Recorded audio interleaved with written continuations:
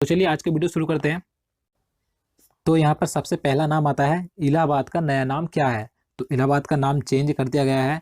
उत्तर प्रदेश के मुख्यमंत्री योगी आदित्यनाथ ने इसका नाम चेंज कर दिया है। अब इसका नया नाम क्या होगा? प्रयागराज इसका नया नाम होगा। तो आपको ध्यान रखना है, वेरी इंपॉर्टेंट है। और इसके बारे में आपको और पॉइंट बता देता हूँ। देखिए, आपको ध्यान रखना है, जो सबसे पहले इलाहाबाद का नाम हुआ करता था, प्रयागराज इसका नाम हुआ करता था। उसके बाद इसका नाम चेंज किया गया था। मुगल शासक अकबर ने इसका नाम चेंज कर कर इलाहाबाद रखा था, और फिर इसका नाम फिर दोबारा चेंज किया गया था और इलाहाबाद रखा गया था। और अब इलाहाबाद से इसका नाम क्या रखा गया है?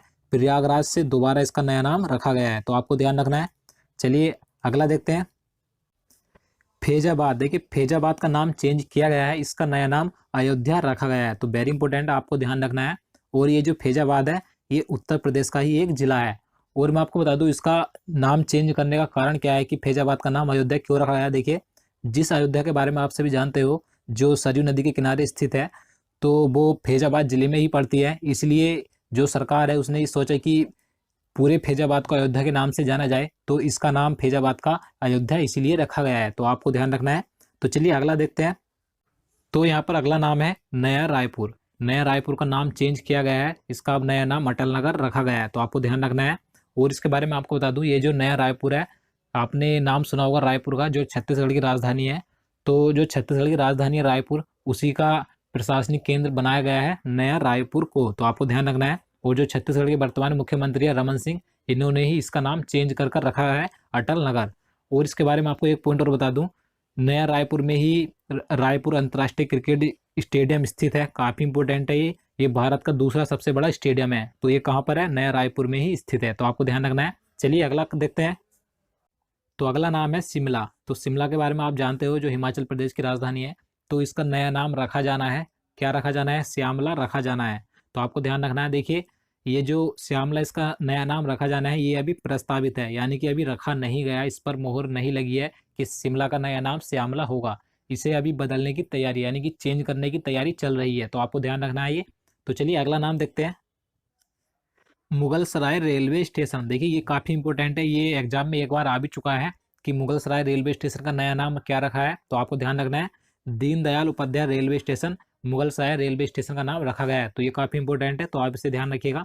तो चलिए आगे देखते हैं।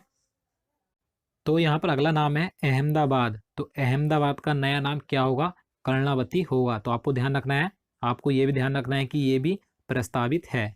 और इसके बारे में आपको एक पॉइंट और बता दूं, ये जो अहमदाबाद है, गुजरात का एक जिला है, आप सभी जानते होंगे। तो यहाँ से एक क्वेश्चन और पूछा जाता है कि गुजरात का जिला अहमदाबाद किस नदी के किनारे स्थित है। तो आपको ध्यान रखना है, ये साबरमती नदी के किनारे स्थित है। वेरी इंपॉर्टेंट है। तो चलिए नेक्स्ट देखते हैं। हजरतगंज चौराहा। देखिए, ये लखनऊ में स्थित है और इसका नया नाम रखा गया है अटल चौक। तो आपको ध्यान रखना है। तो चलिए आगे देखते हैं।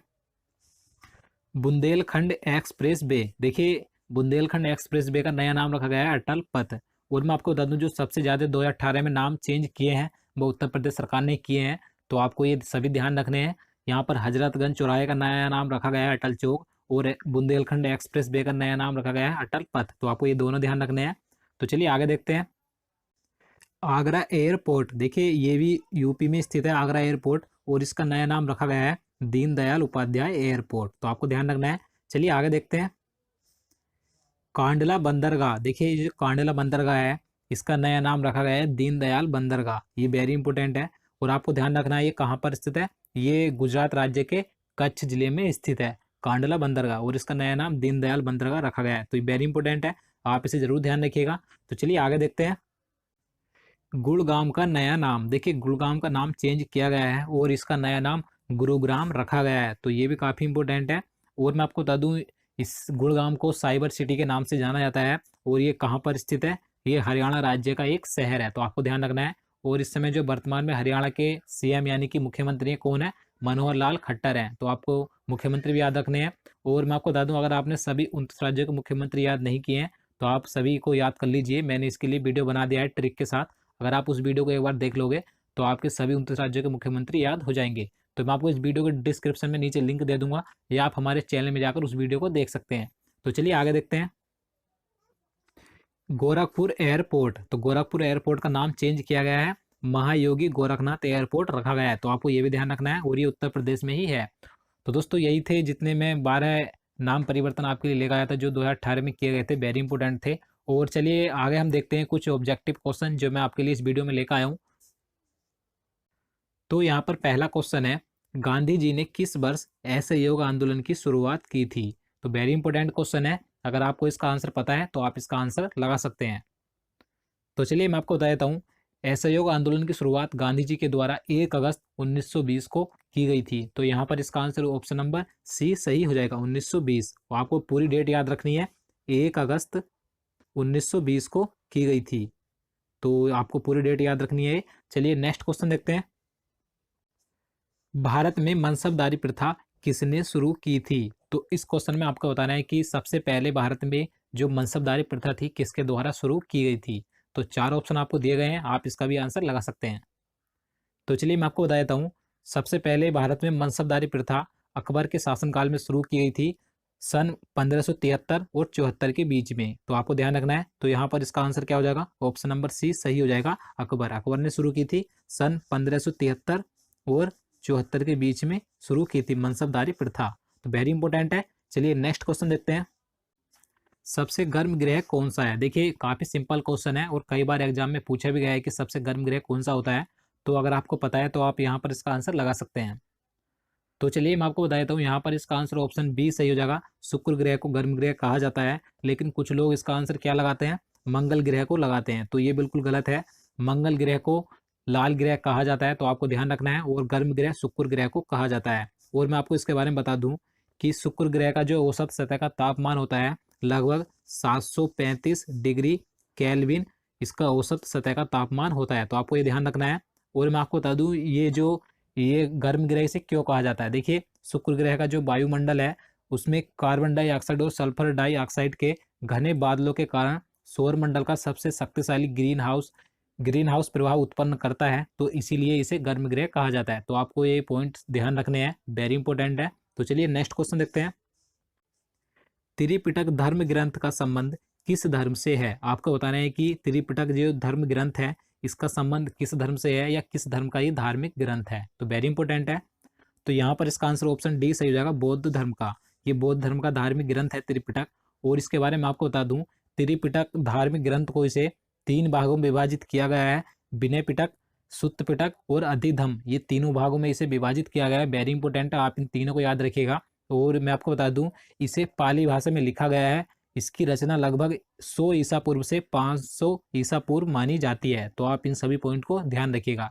तो चलिए अगला क्वेश्चन देखते हैं, किस देश के साथ भारत की सबसे लंबी अंतर्राष्ट्रीय सीमा लगी हुई है? वेरी इंपॉर्टेंट है, आपको बताना है कि किस देश के साथ भारत की अंतर्राष्ट्रीय सीमा सबसे लंबी है। तो 4 ऑप्शन आपको दिए गए हैं, आप अपना आंसर यहाँ पर लगा सकते हैं। तो यहाँ पर इसका आंसर ऑप्शन डी सही हो जाएगा, बांग्लादेश। बांग्लादेश के साथ भारत की सबसे लंबी अंतर्राष्ट्रीय सीमा लगी हुई है, आपको ध्यान रखना है। और इसकी जो लंबाई है मैं आपको बता दूं, लगभग 4096 किलोमीटर इसकी लंबाई है। और अगर हम बात करें कि सबसे कम सीमा भारत की किस देश के साथ लगी हुई है अंतर्राष्ट्रीय सीमा, तो आपको ध्यान रखना है अफगानिस्तान के साथ सबसे कम सीमा है।